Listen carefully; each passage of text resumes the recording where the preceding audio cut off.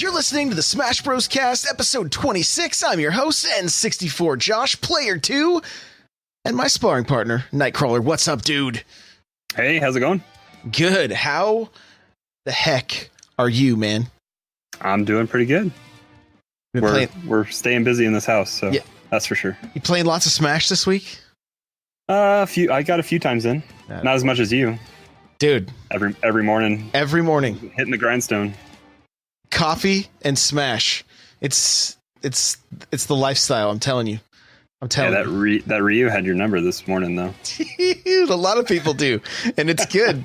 I literally just fight them, and I fight frustration because I'm like, I know I can get better. And then I do, and then I'll finally run into somebody that's not. I don't know how they could be worse than me, but they are somehow, and then all is right in the world again. But no, I've been loving it. I've been loving just seeing improvement. It's been very, very helpful. So, I think it's time for our countdown to Super Smash Bros. Ultimate.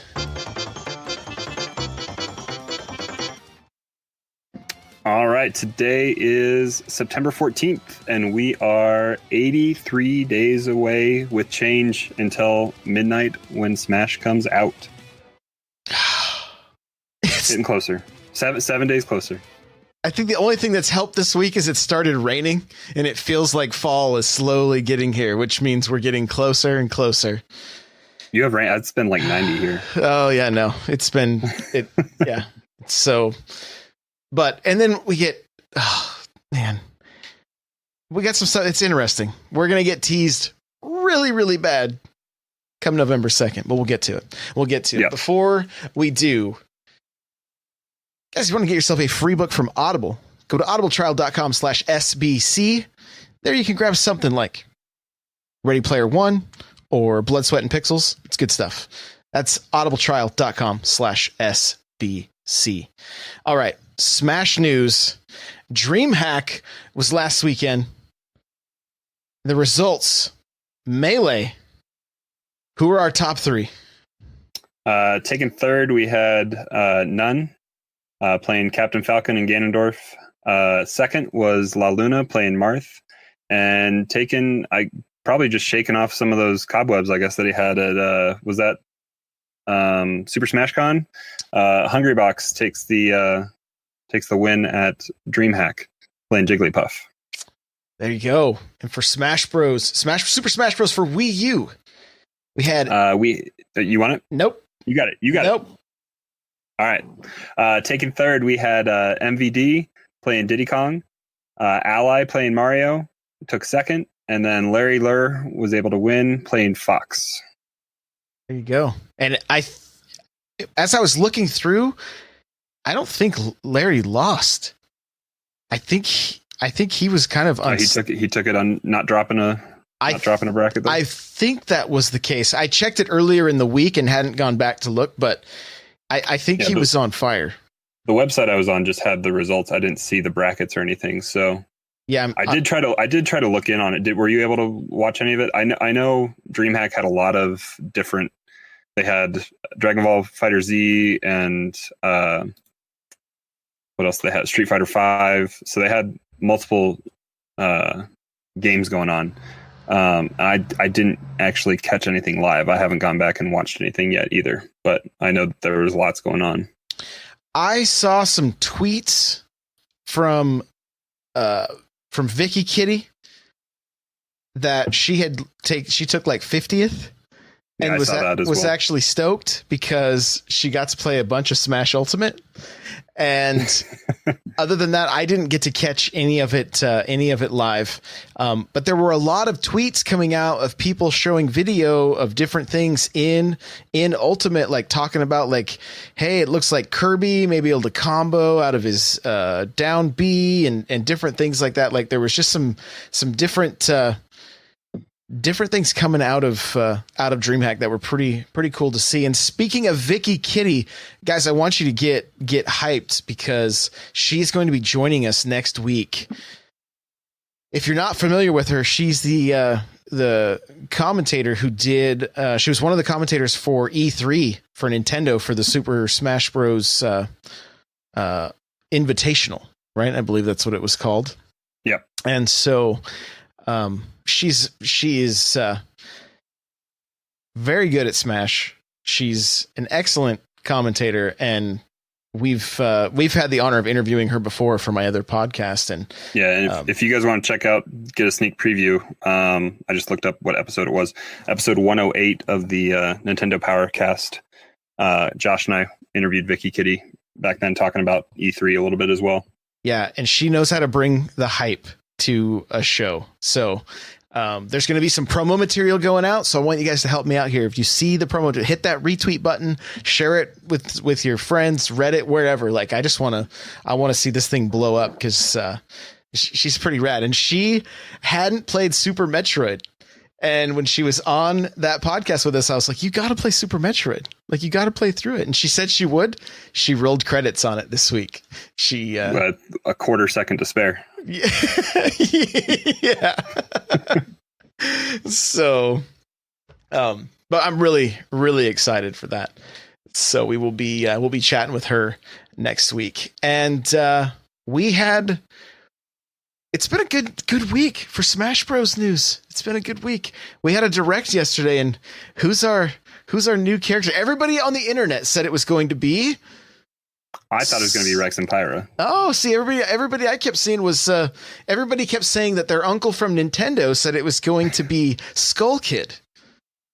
Yeah, I mean, that's because Reggie had a Skull Kid statue on his desk for the Diablo reveal. I mean, that's about as good as the two chairs in the Smash Direct. So, right. But I mean, getting to our point, Isabelle is coming to Smash. Mm-hmm. So get hyped for that. We'll talk about that here in a little bit.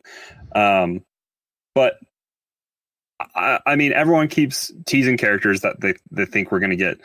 I think it's almost a foregone conclusion. You and I were talking earlier this week that you were looking up the direct schedule from last year with game releases and when they had directs and when indies had directs and when we had a general direct. And then you mentioned that was it November that Xenoblade Chronicles had their very own direct. And I think that game absolutely needed it, and it went in kind of the battle system and all that kind of stuff that game had. But there was lots to discuss, and they had their own direct. And that lined up with that was a early December release, which Smash is. And they had their own direct sometime in November, right? You said end of November, I think, right? Yeah, it was the end of November. So, I mean, I'm pretty confident that we're going to have at least one more Smash only direct. And if you look back at what we had, was that just last month? I don't even remember how long ago that was that we've had so many directs, I feel like, in the last month, 2 months. Yeah, it was last month.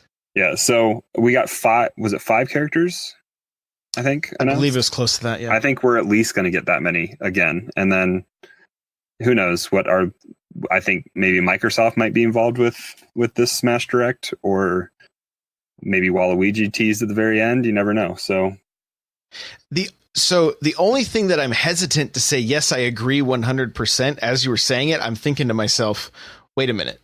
We've already had a strictly Smash Direct. I'm wondering if this Direct will be heavily Smash focused, but then give us a little more info about some of those early January, February games also.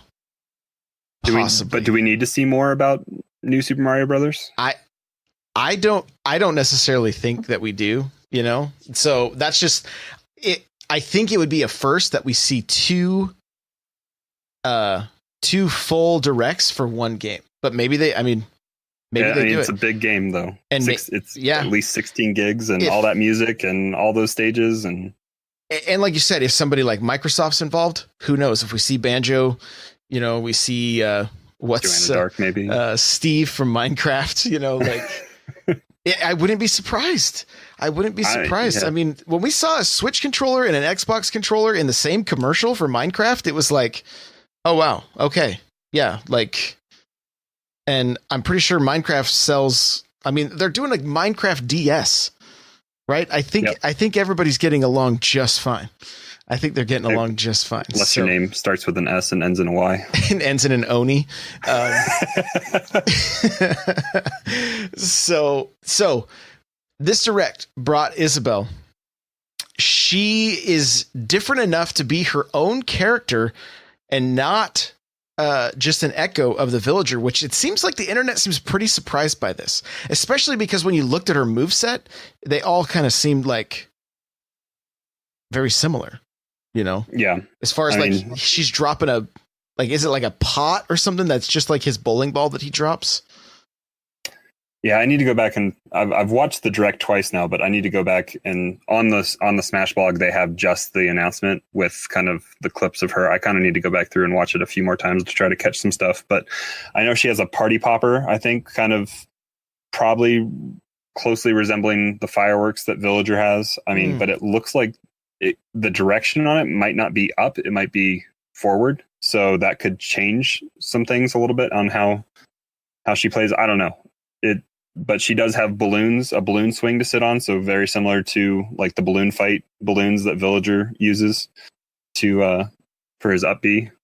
The biggest difference I have on here on our notes, comparing Lucas to Ness is, I think, a good comparison, that they're different enough that I forget who put that in the Discord, that they were kind of comparing that.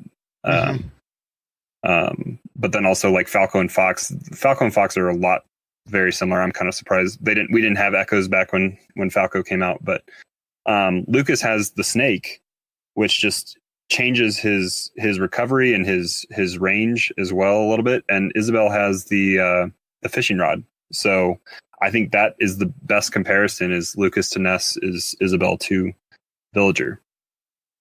And we're going to talk about it a little bit more in our talking points, because there's some just some interesting topics to grab from the fact that she's not just an echo fighter. So, but we will get into that a little bit later. The Super Smash Bros. Switch bundle is coming out. That picture we saw was legit, which, I mean, I kind of thought it was too. Right. And then once Pokemon was announced and it had the box like almost matched identically, it was like, I'm pretty sure we were pretty confident. And but a little bit strange. When's it coming out? It's coming out in November 2nd. So yeah, that raised a lot of question marks, I think, after the direct yesterday, with a download code. Yes, so you can pre-install all 16 gigs of that game, so you don't have to wait. Which I think that's great, because it takes away a little bit for this bundle appeals to the hardcore. So Nintendo's banking on you double dipping, because you don't get the physical game, you don't get the Pro Controller, you don't get the Steelbook, all that kind of stuff. You don't get the GameCube adapter, you don't get the controller. So there's stuff to go back and get on release night, but not. Side note as well, the GameCube controller and adapters are coming out on November 2nd as well. I got my update from Best Buy. I believe you probably did as well. That the release date has changed for that. So the Switch bundle, the GameCube adapter, and the GameCube controllers. I don't think we've heard anything about the Pro Controller, but you and I are both getting our Pro Controller through the bundle, so that's on launch night as well. But there's a lot of stuff peripheral wise that's coming out on this date, so that's maybe hinting towards something, but I sidetracked myself. So going back, the November 2nd release kind of takes away a little bit from just the pomp and circumstance of a release night. Midnight launches, they aren't as common anymore, but I'm pretty sure this game is going to have it at like Best Buy, GameStops, all that kind of stuff. It's exciting, fun to be around all sorts of people that are just excited about the game as you are. I don't see them having a midnight kind of release for these consoles or the peripherals. They're just going to be there at 10 a.m., 9 a.m., whenever the store opens for you that day for you to go pick up. So, I mean, it's going to be, unless you're double dipping and you're going back to get the physical game or something else, then you're kind of just sitting at home waiting for it to go live, which I guess is fun, but there is that experience to be had as well. Yeah, and I know like my GameStop, when Super Smash when Smash Bros. For the Wii U came out, they went to an off-site location after the store closed and did a tournament until midnight. And then everybody went, and then they actually brought the games to the off-site location and handed them out to everybody that had finalized. And so I've been at, I don't remember what games I've been to a few, but I've been to my Best Buy that I tend to get everything from is the largest kind of in the area. So they tend to have some good incentives sometimes on those midnight releases. I remember 1 or 2 times they've had one of those like party trailers that have all the consoles and TVs and stuff in it, like that somebody takes around for like a party, for a kids party or something like that. Mm-hmm. They had that there and they were letting people play the game. I think it was like one of the Battlefields probably. So we were playing the game a little bit out in the parking lot before we were allowed to get in. And now it's a little bit different as well, that you don't have to wait till midnight your own time to get the game. You and I get a little bit of an advantage than the East Coasters with 10 o'clock and 9 o'clock respectively, but sure. So let's break down what this Switch looks like. You've got the dock that has like the original fighters on either side. And then the dock looks cool. Don't get me wrong. But then you've got these Joy-Cons that literally are just gray Joy-Cons with like a white stripe running through them, so they make up the logo. And a lot of people online are kind of like, these are kind of boring, you know. Me and Addison from chat, it's like, it would have been cool if they had done like black and white, you know, or even 2 white Joy-Cons. It would have looked really clean, especially next to the artwork. Instead, you've got the gray with just the line through it. So, you know, and here's what we do know, that the Pokemon bundle you can get just the Joy-Cons and the dock by importing them. You don't have to buy the whole thing. So people are kind of hoping that will be the case on this one, that you won't have to buy the bundle if you don't want to. You could just import the dock if you want, or import the Joy-Cons as well. So, but I know as soon as my son saw it, he's like, that's what I want for Christmas. It's like, fair enough. Fair enough. So. Yeah, I mean, you and I are both getting the Pro Controller in the bundle. I don't see many people playing Smash. I mean, handheld is going to be a thing if you're kind of just practicing or taking it on the go, but playing Joy-Cons in the grip, I don't think is going to be competitive at all either. So that's not a way to. It is a showpiece, but it's a poor showpiece for the Joy, at least Joy-Con wise. The dock is very cool. I just pulled up another picture of it because I wasn't sure if it was original 8 or original 12. But it is original 8. So that makes me think that maybe that is going to be the starting roster in Ultimate. They aren't going to include Falcon, Jigglypuff, Ness, and Luigi. So, but I mean, it's a showpiece, but I'm good with what I have pre-ordered already. I'm not super stoked on what they've shown us for that. I think they could have done more. And I mean, you're not alone. There's a handful of people that are right there with you. So, last week after the direct got canceled, everybody's dates for the controllers got moved to like September and then back to October. And it was all kind of, and obviously it was because they were just trying to figure out where to put these things, because they didn't, they didn't. Well, there was a quick emergency email out to Best Buy, GameStop, and Amazon to be like, don't send out your updates, all that kind of stuff. Because yeah. I'm sure that's what it was. I'm the logistical nightmare that probably Nintendo had to go through to postpone this direct a week was probably astronomical. Just with websites that auto update, the eShop. That's how the Splatoon stuff leaked. Was the eShop leaked? I think it was data mined or something with something for the Splatoon update. And I mean, all these retailers that they got to kind of try to keep tabs on they're keeping them in the loop on when stuff is changing. And then those pre-orders went live yesterday, right after the direct for all that stuff. So not only stuff that was already pre-ordered that has already been announced, but stuff that hadn't been announced that was going to be announced that was going to go live for everyone to go pre-order as well. So lots of stuff. Yeah. The last bit of news, let's see. Oh, let's talk about the little hint there. So November 2nd so you and I both have GameCube adapters already. We already have our controllers and all that kind of stuff. So we're set up to play on our Switch with a GameCube controller if there were to be something that came out.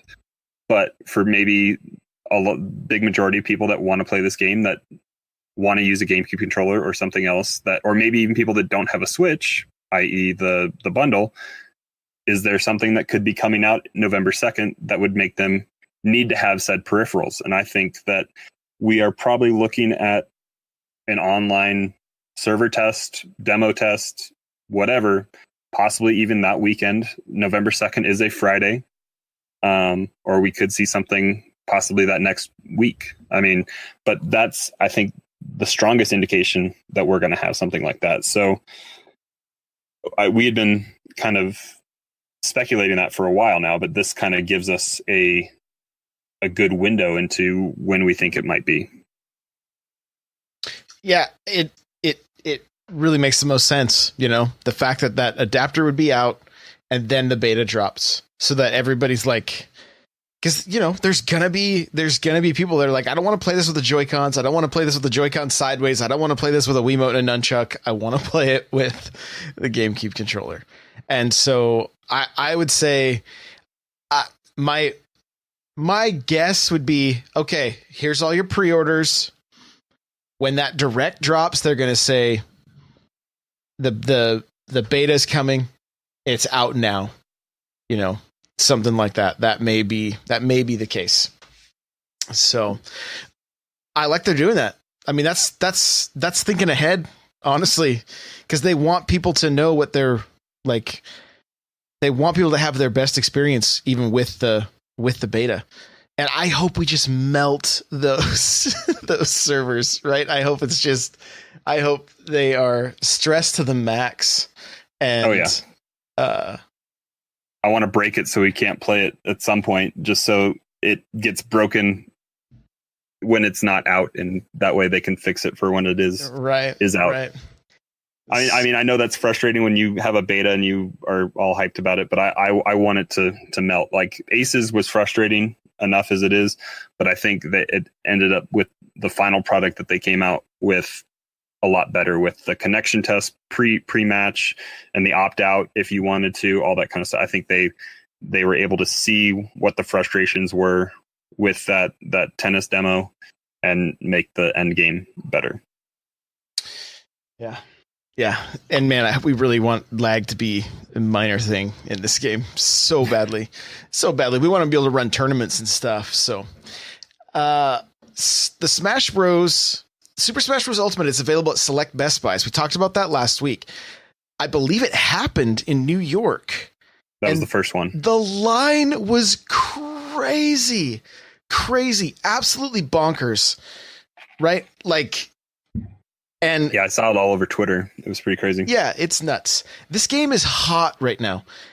You know where it sits on Amazon for top believe sellers? It's number one for the year, isn't it? It's.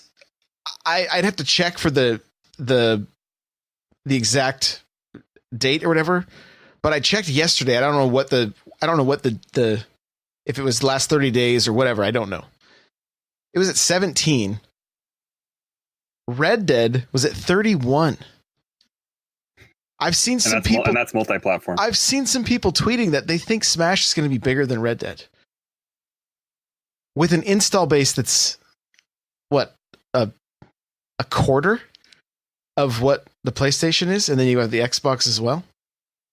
Like, yeah, I mean they're looking to double their install base this year almost, I think, right? Because don't we have like 19 million Switches out in the wild, and they're hoping to sell 20 by the end of the year, like an additional 20. I'm so confused on that verbiage. Yeah, they're very vague about it. I don't know if it's supposed to be 40 million total or 20 million total. Like, I'm just give me a total. They're not only hoping to sell 1 million with, so, but who knows? Yeah.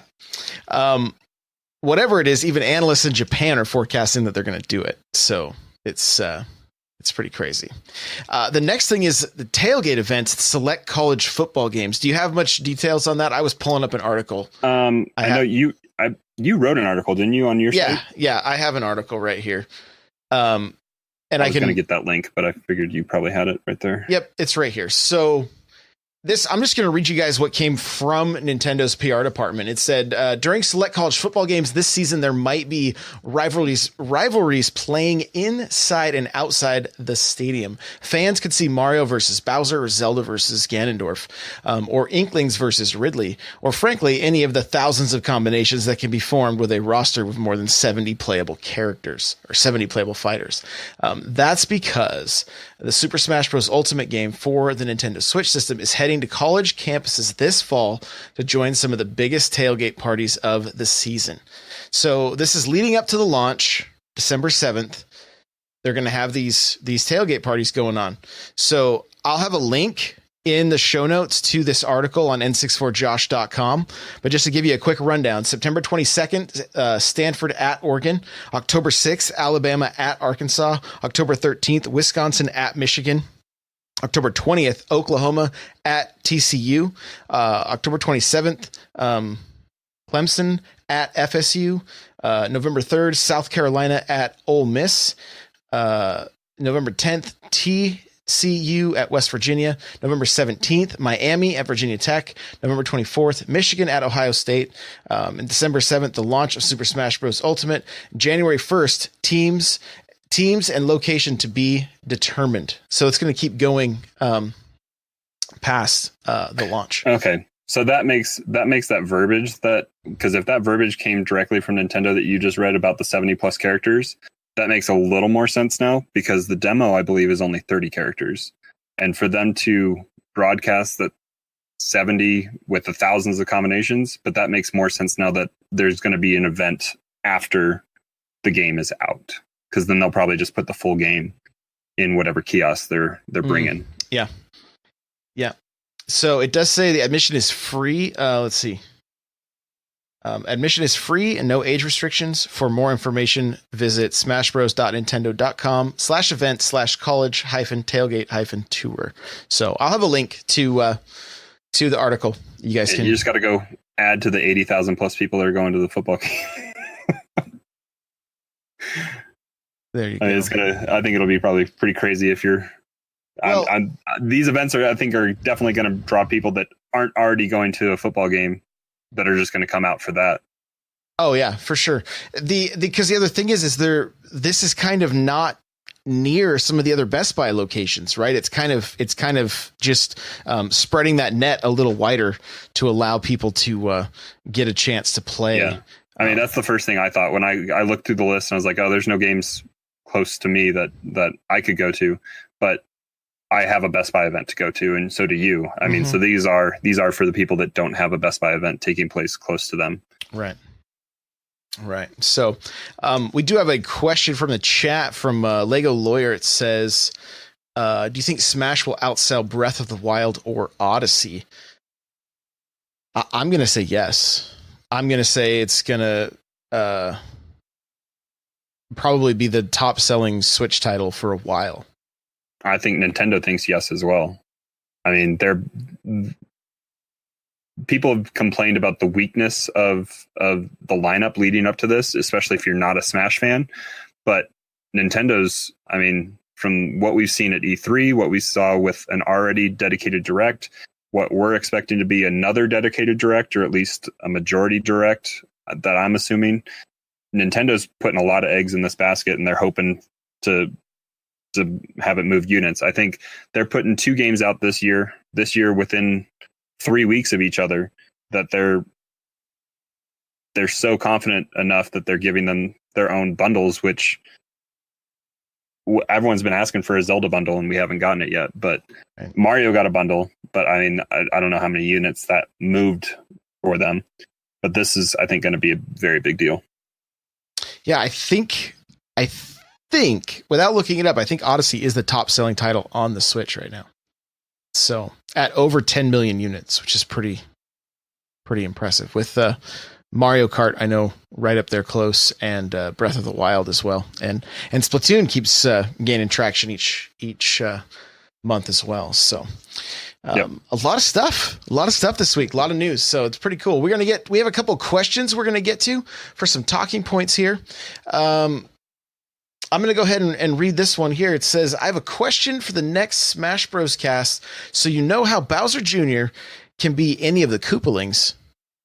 They aren't echoes, just cosmetic variations with the exact same moves. How likely do you think Isabelle's alternative colors could be other Animal Crossing characters? Or do you think they would have mentioned it in the reveal if it was possible? What do you think? How are the Koopalings shown off? I don't remember. Do you remember?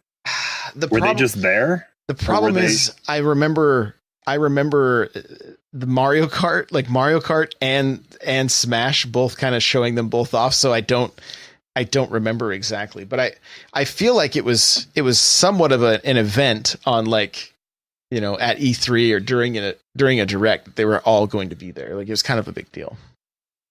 I mean, I think it could be a very possible. It could be. Yes, I think it can happen. This is what I'm trying to get to. I guess we'll see at this potential next direct. I mean, I think they're going to have a lot to show still on this game. We've gotten to see a little bit more with that dedicated direct. I think the E3 one was kind of here it is, here's everybody, all that kind of stuff. Just kind of us all getting hyped for it. And then the last one was kind of going over more of the stages and more echoes and bringing in different franchises that we hadn't seen.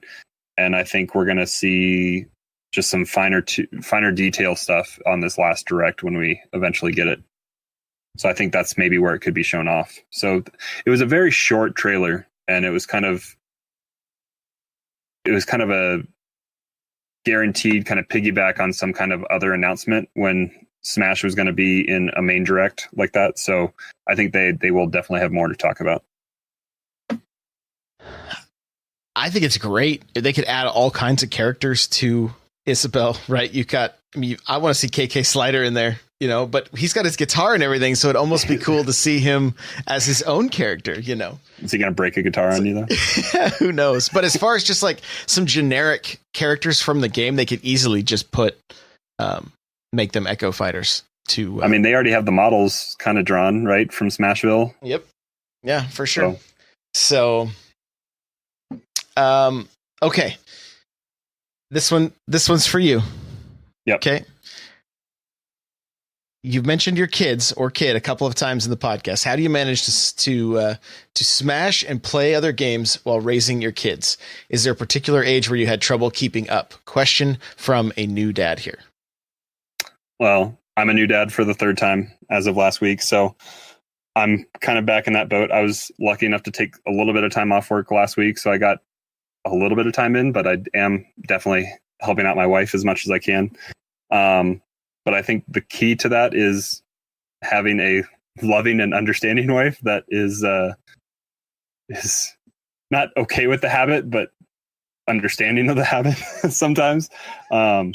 Playing games, I play them. I don't necessarily finish them. I have a big library over here, not as big as Josh's backlog, but I have an extensive backlog. And I mean, I have a 5-year-old and a 2.5-year-old as well. My 5-year-old enjoys watching play. He hasn't quite picked up the controller and understood it yet, but he does enjoy watching me play a little bit. So I try to limit that a little bit, but kind of sharing in that with him a little bit. And then the other perk is just being flexible with my job, what I do, and the times I work. So I'm home sometimes while they're napping, trying to fit it in as best I can there. But yeah, that's the biggest thing is when my wife's asleep up on the couch watching TV, I'm down here trying to play games usually. That's the thing. Like, you pretty much got to give up sleep. If you want your time, you've got to give up sleep. And I mean, you know, so that's going to be a thing. For the longest time, I've been a gamer forever. I married my wife because she was a gamer. Not only because of that, but that was definitely a plus, you know. And so, but there were times that she would literally tell me, go play your games, because there were also other times where I was so addicted that it was like, I'm missing out on things. And this is ridiculous. Right. So I had to make adjustments there. And then I got to the point that she was like, go play. Like, you don't ever play, go play. And I'm like, well, I play when you're asleep. She's like, yeah, but you can play when I'm awake too. Like, it's okay. Like, but we were at that point that she was like, it's okay. Right. That's going to be different for everybody, because I know that there are couples out there that they're like, the guy's wife hates video games and doesn't want him playing it at all.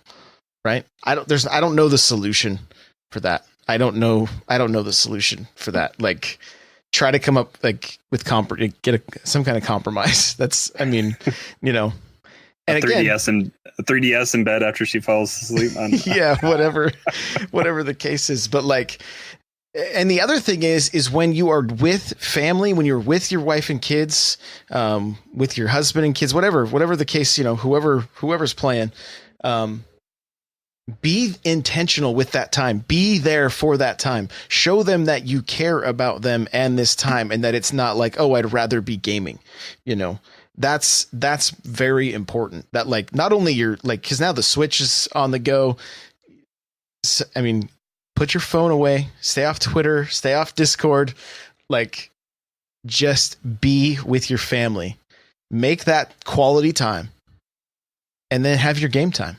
You know, and if you need to like schedule it out. Like, okay, I'm gaming from after my house is asleep at 10 o'clock to 12 o'clock, and then get up for work the next day, or whatever the case is. Like, but if you're super addicted, you know, make sure, like, and you got little kids and stuff, like, be there for them. Don't include them. The chat, Joel Mead says, give him a controller that's not hooked up. You know, do it. I mean, I had my kids playing Halo with me when they were like 2-3 years old. You know, now my son is a monster at Fortnite because of it. We played through Brawl together. We unlocked characters through Brawl together. They were just little. They were real young, but we just took turns, and it was, you know, it was a ton of fun. So as much as test of patience is what it is. Yeah. And if you're playing Switch, if you're planning on getting Ultimate, there are so many games that can include the entire family that aren't that difficult, even for, you know, you got different Lego games, things like that.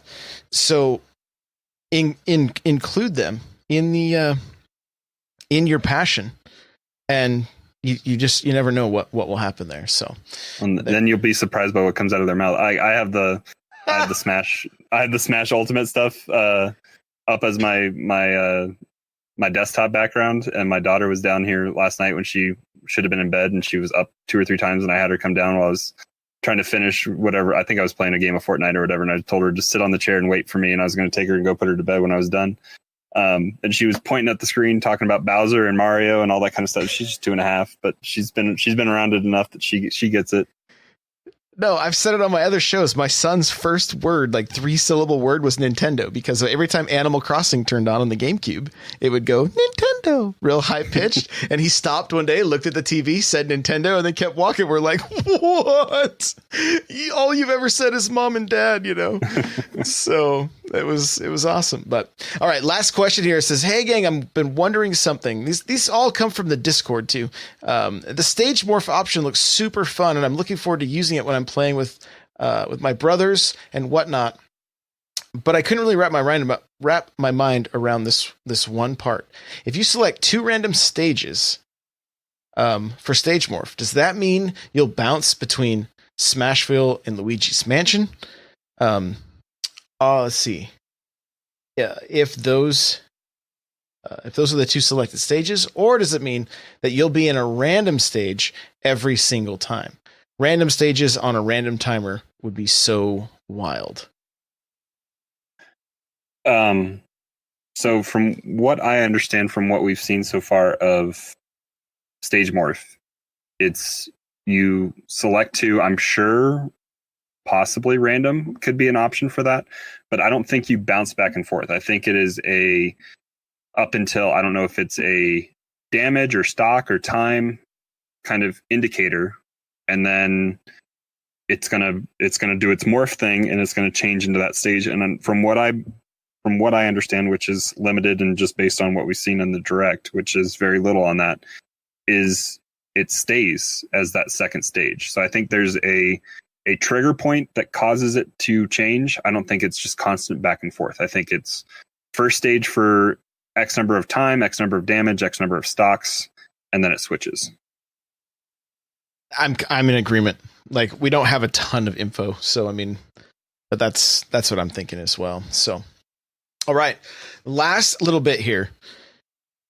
We got some more Smash tips from Scott96. His Twitch is twitch.tv/Scott96. Last week he talked about the neutral game. Okay. And I'm just going to read from his notes here. It says advantage. All right. Wait patiently with a lead, no matter how small. Talking percentages, right? If you're ahead in percentages, wait patiently. Hold shield and react to their options from ledge. Stand still and react to their tech get-ups. Look for roll in on better opponents. Trap the landing frame trap. Take the guaranteed damage and move back to a safe position. Abuse shield and react to run up grabs with spot dodge. Press them into the corner. Don't run away when pursuing. Save kill moves until percent threshold they will kill in, or in the situations they are most effective. There's a lot there. I need to take all of that to heart and use it. There's a lot going through that list. I'm like, yep, don't do that. Don't do that. Don't do that. Yeah. I'm too aggressive and I don't use shield and all sorts of stuff. Yeah. Some of this stuff I have been doing over the last week. I've really worked on my neutral game. I've really been trying to, and I have a bad habit of jumping. I'm still fighting that habit. And you were doing that a lot this morning. Dude, part of it is it's so early. Like Monday, I was like, oh man, everything's firing on all cylinders. By this morning, I was like, my brain is goo, right? It's 4 a.m. and I'm trying to just like Friday's half the time I have to send you a message on Discord to wake up. Oh, this morning was no better. I had my watch on, which is my alarm. It didn't even go off. I woke up at 3:30 and I'm like, oh, good. I got 10 minutes. 4:30 rolls around. I'm like, I'm supposed to be streaming. In the blink of an eye. You close your eyes for a second. Yeah. I'm pouring cold coffee into a Super Nintendo mug and running up to my room to fire up the stream. So it's like, yeah, it's a little bit bonkers. But when I'm fresh, I notice that I'm like, the neutral game's better. And obviously it's going to be that for the case for anybody in this kind of situation. But I've just started having more fun with the game. Just like I'm losing a lot. Here's my routine, guys. I've been talking about, I've been wanting to come up with a routine. I start my stream and I jump immediately into training. And I work a few different percentages and I work on a few different moves. So, I need to get the muscle memory for spikes with Mario. And I always pick a random character. So what I noticed this week significantly is that Yoshi is way heavier than you'd think. He is way heavier. Like the distance that he throws, even at high percents, way lower than what I anticipated or what I thought. So I had to adjust to that. So I've been doing different characters each week. And then he's a dinosaur. That's true. Thank you, Joel. So I'll go to the edge, and I was working on spikes. That's really what I worked on a lot on Monday. I worked on spikes. Okay. And I'm talking like after 70% down throw, short hop, half hop, spike.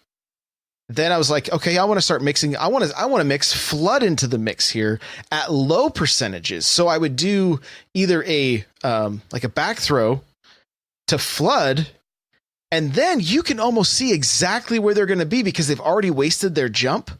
So at that point, I was jumping in and getting the spikes even at a lower percentage. And that was the last thing I started doing, was like, I want to see, and I was getting spikes around like 24% or lower.